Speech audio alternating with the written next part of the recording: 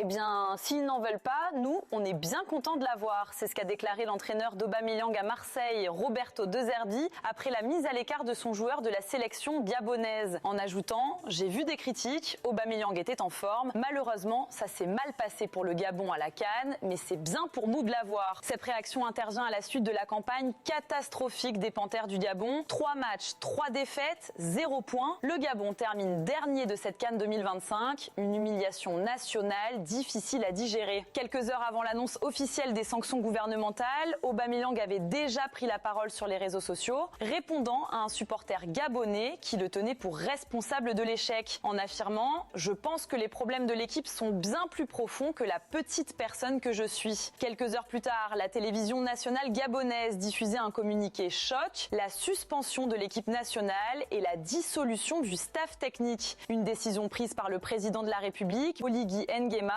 via le ministère des Sports, dans un contexte de colère populaire, de tensions internes et d'accusations de désordre et de corruption au sein de la fédération. Selon plusieurs sources, la situation se serait encore détériorée après le départ d'Aubameyang du groupe, rentré à Marseille avant le dernier match. Un geste qui aurait été très mal perçu par les autorités et qui aurait conduit à son bannissement définitif de l'équipe nationale. Et pour finir, le Malien Amadou Haïdara a écopé de 2 matchs de suspension après son exclusion façon Comores. De son côté, Kalidou Koulibaly a été suspendu pour un seul match à la suite de son carton rouge contre le Bénin. Une décision qui fait déjà polémique. Du côté des supporters maliens, l'incompréhension est totale. Beaucoup dénoncent un traitement jugé inéquitable, s'interrogeant sur le fait que leur joueur ait écopé de 2 matchs de suspension contre un seul pour Koulibaly, alors que ce dernier aurait gravement blessé son adversaire lors de l'action. Un débat de plus qui vient alimenter les tensions autour de cette CAN 2025, où les décisions disciplinaires de la CAF sont de plus en plus scrutées et contestées par les supporters.